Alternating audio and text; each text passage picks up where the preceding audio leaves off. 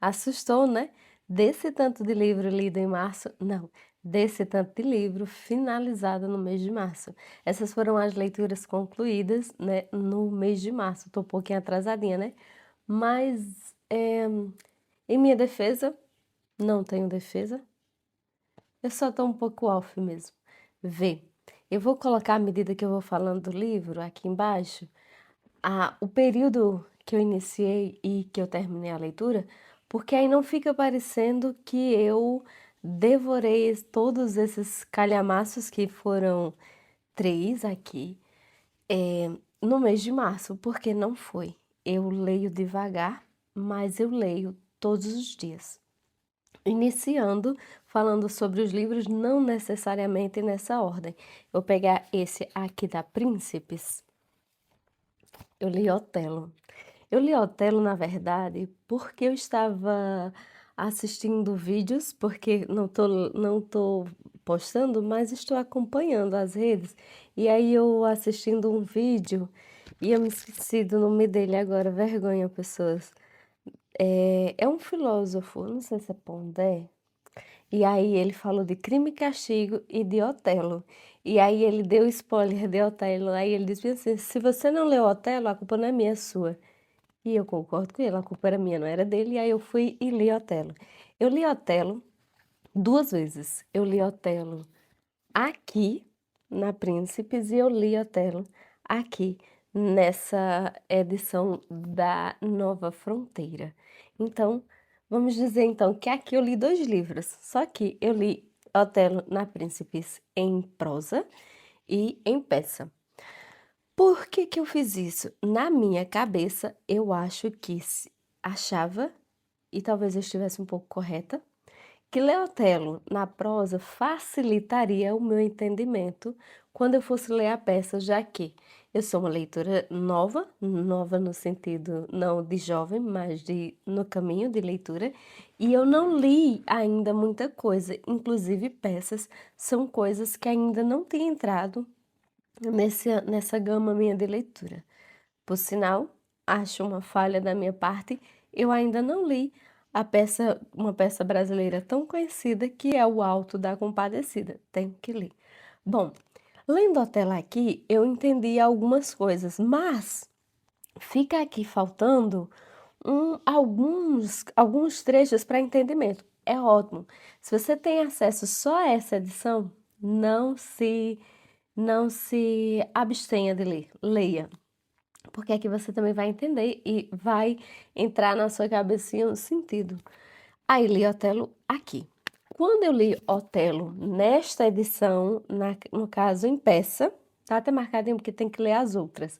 Quando eu li Otelo em peça, eu vi coisas que na prosa me fugiram. Eu não sei se eu passei batido ou se realmente não estava aqui, porque eu não voltei novamente para reler a prosa. Otelo foi o livro de Shakespeare que eu li primeiro. O mais famoso é Romeu e Julieta, mas eu li primeiro Otelo. E, gente, que livro bom! Assim, você começa a observar os comportamentos humanos, porque toda vez que eu leio um livro, eu acho que eu tenho mais tendência aí para essa questão de olhar, eu gosto do fator histórico e gosto de olhar esses comportamentos humanos. Otelo, ele era uma pessoa, um soldado bem, como é que eu vou dizer? Enquanto soldado, Otelo tinha um certo prestígio, só que Otelo ainda não tinha amado.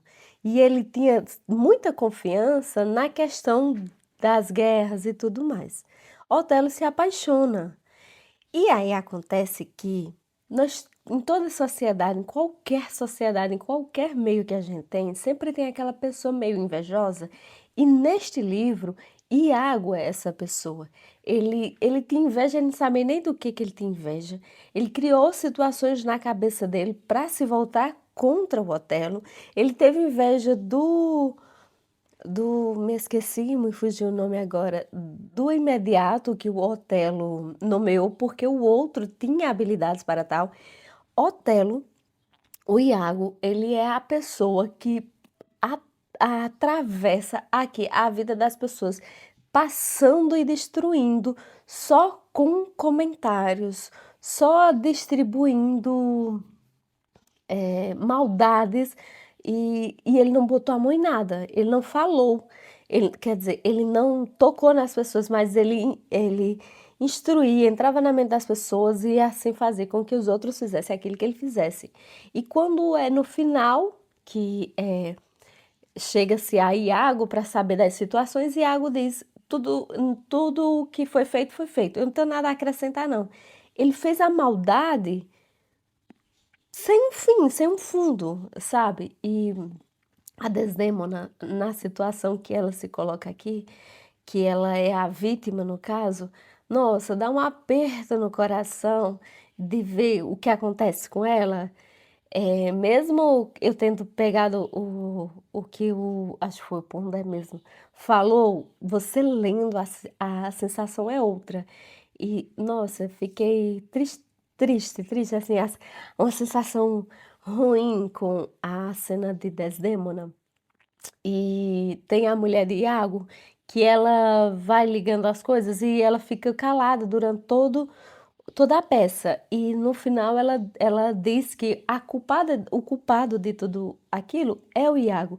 E essa é a parte que essa mulher cresceu para mim, porque até então para mim ela era só uma pessoa omissa. Mas aí a gente também volta para o contexto em que essa peça foi escrita e a gente percebe que ela é também um retrato da época. A mulher tinha a submissão ao marido. Então, se você não leu Otelo, eu indico que você leia, foi uma leitura muito prazerosa. E eu acho que eu já li até agora, que eu estou gravando esse vídeo já em junho, e eu já li duas, falta ler a terceira peça. E de Otelo ainda está sendo a que está sendo a melhorzinha, assim. Eu li também, no mês de março, A Revolução dos Bichos, eu li nessa edição da Garnier. A edição da Garnier é uma tradução daquelas que está em domínio público. Eu não senti dificuldade nem problema com a leitura disso aqui, não. Eu li antes de ler. Aqui eu li o quadrinho. Eu fui lá e vi o quadrinho para que eu tivesse, minha mente começasse a trabalhar na visão da história. E no quadrinho, confesso a vocês, essa não é uma história que se você não souber dela, é bom iniciar com o quadrinho, não. O quadrinho é para quando você já tiver lido o livro e ir para o quadrinho. E é o tipo de livro que é pequeno, e mesmo que você tenha um certo tipo de conhecimento sobre a que faz as analogias desse livro, você ainda tem que fazer uma releitura, porque eu sinto que tem coisas aqui que eu não peguei, mas fiquei muito feliz em poder acompanhar e saber dizer, eita, isso é esse fato histórico, isso é dessa forma. Na Revolução dos Bichos, você vê uma sociedade em que chega os porcos e eles, com uma ideia, eles chegam com a ideia já pronta. Como assim? Todo mundo que estava insatisfeito, todos os animais estavam insatisfeitos com os humanos. Qualquer semelhança com a realidade é mera coincidência, né? Assim começa. Será? E aí, os animais estavam insatisfeitos com os humanos. Aí chegam os porcos, pega aquela ideia dos animais insatisfeitos com os humanos e diz que vai fazer com que os humanos paguem, colocar os animais no lugar deles, de direito. E aí eles entram na mente dos humanos, dos animais e começam a, então, ser liderança para esses animais. O que acontece é que eles já começam com regras e eles escrevem as regras na parede. E no desenrolar do livro, é tão pequenininho e tão forte esse livro, e no desenrolar do livro, eles, à medida que eles acham interessante e favorável a sua forma de poder, a sua execução, a execução de controlar os outros animais, eles vão mudando as regras. Há aqui só um burro que sabe ler e um cavalo que ele é forte, é trabalhador, mas ele acha que ele tem que trabalhar. Ele acha que ele tem que trabalhar. Ele seria aquela pessoa que é o mais forte e que se ele se rebelasse, talvez os outros o seguiriam. Mas na cabeça dele, ele tem que trabalhar. O burro, que sabia ler, ele estava entendendo tudo o que estava acontecendo. Ele percebia a manipulação, ele percebia a manipulação das regras, ele via as regras mudando, mas por omissão ele se calou. Então aqui fica aquela questão, o poder, ele não é controlado, as pessoas que tomam o poder não controlam o povo, não é só pela força não, é também pela omissão daqueles que entendem o que está acontecendo, mas se calam. Esse livro é fortíssimo, eu gostei demais dele e no futuro eu quero fazer releitura porque eu tenho certeza que a cada releitura desse livro a gente vai pegar mais referências. Deixa eu tirando aqui do meio, gente. Minha voz tá meio fanha porque eu tô gripada. Um livro brasileiro de Raquel de Queiroz é um livro de contos, A Casa do Morro Branco e outras histórias. Gente, é pequenininho e é gostosinho ler esse livro. Bem rapidão eu li ele e veja, esse aqui eu li por ego. Eu li esse livro porque eu sabia que eu ia ler ele em 2 dias. Aí o mês estava terminando, eu vou ler um livro só para aumentar aqui, porque eu uso um aplicativozinho para mim ficar marcando minha paginação. Além do meu caderninho, que tá aqui, é por isso que eu tô apontando, eu tenho um livro que eu faço, um aplicativo que eu faço paginação, e aí eu vou colocar ele. Bom, gente, é ótimo o livro porque você vai fazendo associações. Aqui tem a história, um dos contos. Deixa eu ver se eu vou lembrando aqui, porque foi em março. E histórias pequenininhas eu geralmente não lembro muito. Bom, um conto aqui, Natal no Paraguai.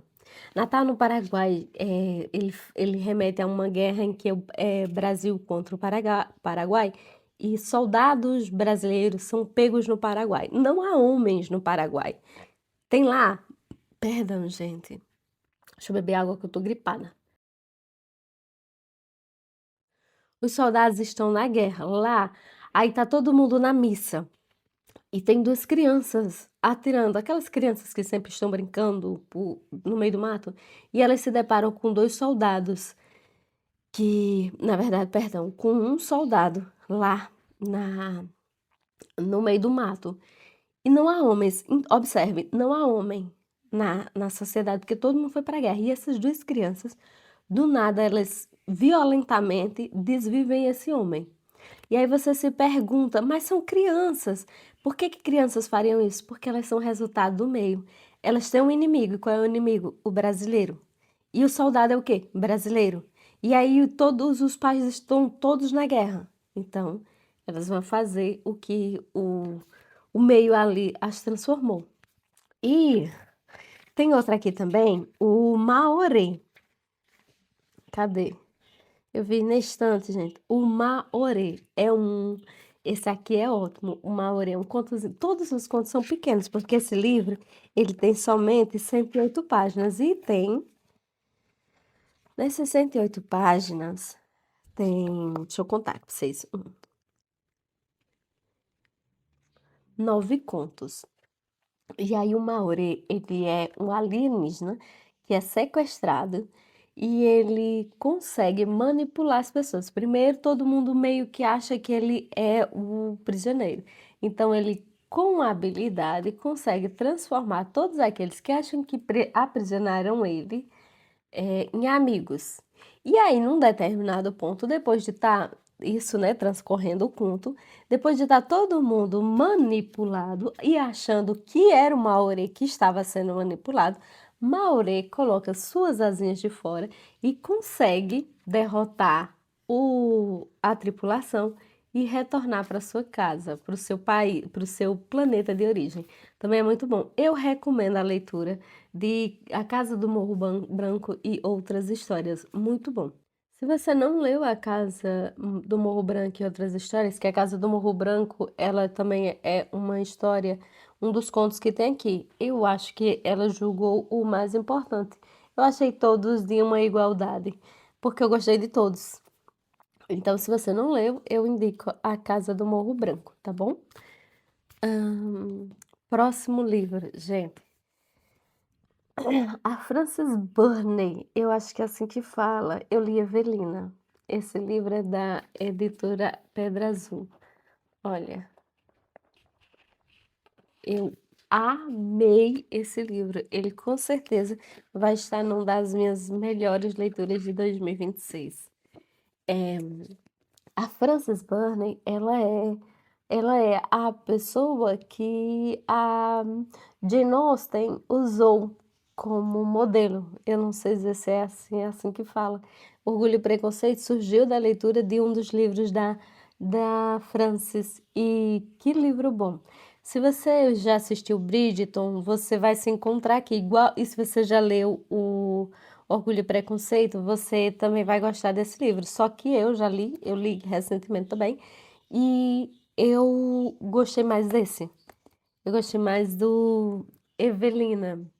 Evelina, ela é uma jovem que o pai dela abandonou a mãe e o casamento na Inglaterra, a mulher era assegurada com o casamento. Imagine você numa sociedade em que a mulher não tem tanta voz e ela é abandonada com uma filha e sem um homem, digamos assim. Por quê? Ele rasgou o casamento antes de deixar a mãe de Evelina. Então, a mãe de Evelina seria uma mulher, para a sociedade, uma pária para a sociedade. E ela conseguiu ser criada por um homem que sabia a história do avô de Evelina, da mãe de Evelina, e criou Evelina. E Evelina, ela era uma menina de bons modos, foi criada no interior. E aí ela foi colocada na sociedade por conta de uma amizade. A história se desenrola nisso. E quando eu digo que se você assistiu o Bridgerton, você vai se encontrar aqui nesse livro, porque aqui fala dos bailes da Inglaterra, de como era o comportamento social ali nos bailes.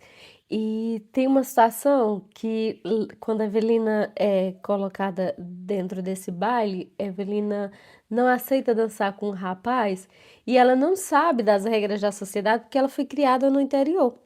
E ela não sabia que não podia, se você não aceitar dançar com um, você não pode dançar mais com ninguém.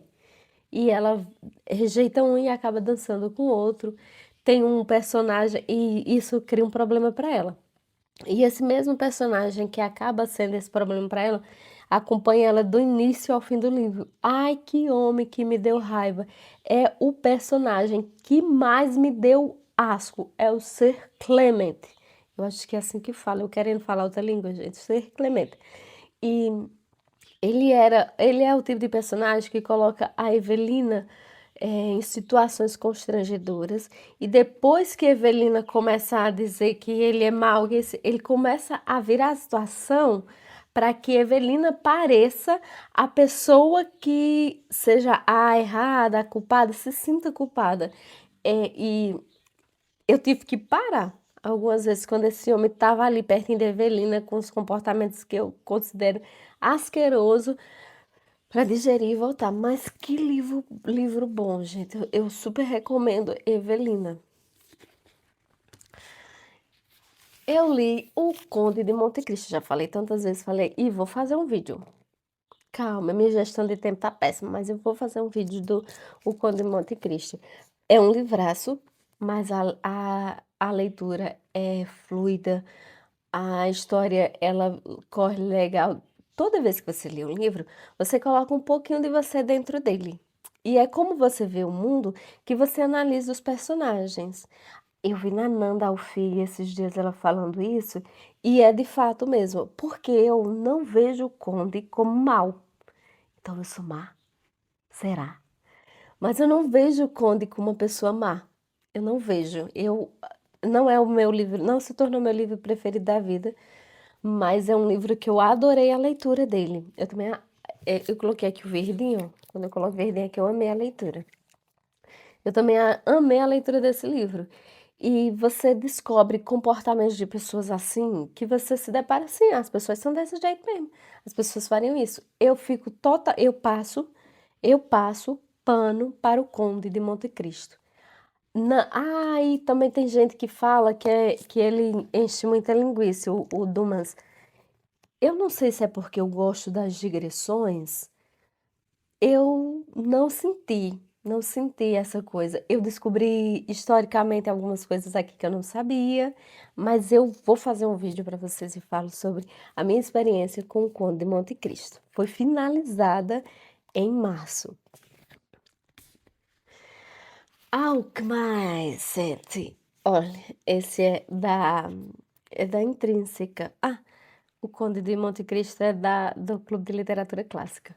Esse livro é da Intrínseca. Quando eu li esse livro, há um hype dele lá na rede de vídeos curtos que as meninas choram e tudo mais. Eu não vi isso, não.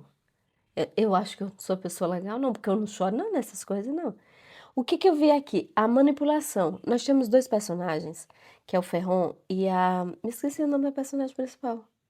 Vou olhar, pera. Helena. Eu fiz um marca-texto também. Eu tô dando pra marcar página. Corte no vídeo pra voltar ao normal. Gente, eu não vi tudo isso. Aqui nós temos o Ferron e a Helena. A personagem principal é do lado do bem, o Ferron é do lado do mal. Pronto. E o Ferron, ele é mau, desde o começo do livro ao final do livro. E a Helena, ela é boba, porque eu acho que ela é boba. Ela é usada pelas pessoas que estão do lado dela para ir até o inimigo, para manipular o inimigo, para fazer esse elo, porque o inimigo também meio que se interessou por Helena. Bom, há pontos na história em que dá uma raiva de Helena. Como é que Helena consegue ser manipulada? Percebe que ele é levinho, viu, gente? Percebe que está sendo manipulada e continua. E a história é interessante. Eu nunca tinha lido fantasia e aqui parece que é uma fanfic de Harry Potter. E eu gostei muito. Aqui tem. Eu vou colocar aqui. Eu não vou ler, mas eu vou colocar aqui e vocês vão ler. Dá uma pausa aí pra você ler, deixa eu ver se tá direitinho. Aí, deu pausa, voltou. É, eu achei que isso aqui não... Deu assim, pareceu que, eita, vai ser o ó do Borogodó. Não foi isso tudo, não. Não foi isso tudo, não. Vocês lerem aí? Se não leu, volta aí e lê pra tu ver. Não foi isso tudo, não, que tem aqui, não. Mas o livro é bom, eu gostei. E sabe o que é bom nesse livro? É que o protagonista que é mau, ele não se transforma porque ele se apaixonou. Ele é mau. Ele é consciente que ele é mau. E ele sabe que as coisas que acontecem na vida dele, o resultado das coisas que acontecem na vida dele é porque ele era mau. Então, eu gostei da leitura desse livro. Sim, não acho que mereça o hype, não, não é isso que eu quero dizer, não. Que tem coisas aqui que você se espeda chorando, que eu vi as meninas fazendo, tal página, chorava. Eu acho que eu não tenho essa emoção toda, não, mas o livro eu gostei sim da leitura. Mas tem um ponto que eu acho que ele é muito repetitivo, as cenas se repetem, aconteceu isso hoje, amanhã a Helena vai, acontece isso, só que muda, mas é um pouquinho repetitivo aqui nesse livro, mas eu gostei. E eu finalizei também a biografia de Churchill. Olha como eu fiz um monte de anotação. Gente, eu achava que eu sabia sobre a Segunda Guerra Mundial. Só que agora eu percebo, depois que eu li esse livro, que eu não sei nada. Sabe o que é nada? Eu não sei nada. Porque o que Churchill fala aqui, claro que é do ponto de vista que eles estão vendo aqui da Inglaterra, eu não sei nada. Eu percebi que eu não sei nada. Mas sobre a biografia de Churchill, eu me impressionei com a maneira como Churchill, ele foi persistente. Ele decidiu que ele ia ser político e ele correu atrás disso. Ele era irônico, ele era educado. É claro que aqui é uma biografia dele, talvez aqui tenham coisas que eles não colocaram, mas eu gostei muito da persistência do Churchill. Até o pai dele meio que duvidava da capacidade do Churchill. Ele era um homem que na hora de tomada de decisão, ele seria a pessoa a ser cogitada. Então, eu não acho que quando eu terminei de ler Napoleão, eu fiquei com vontade de reler, mas eu não acho que eu tenha vontade de reler. Marquei aqui, porque eu quero revisitar em alguns pontos. A minha tá coloridinha assim, porque eu uso aquela coisa das cores. Aí aqui, tá aqui, ó. O amarelo é frases, o rosinha é sobre a família, o verde são curiosidades e o laranja são sobre a política de Churchill, sobre a política, tanto a de Churchill ali na Inglaterra, quanto os países envolvidos. E teve dois pontos aqui que eu marquei de vermelho, que foi sobre o Hitler. Então,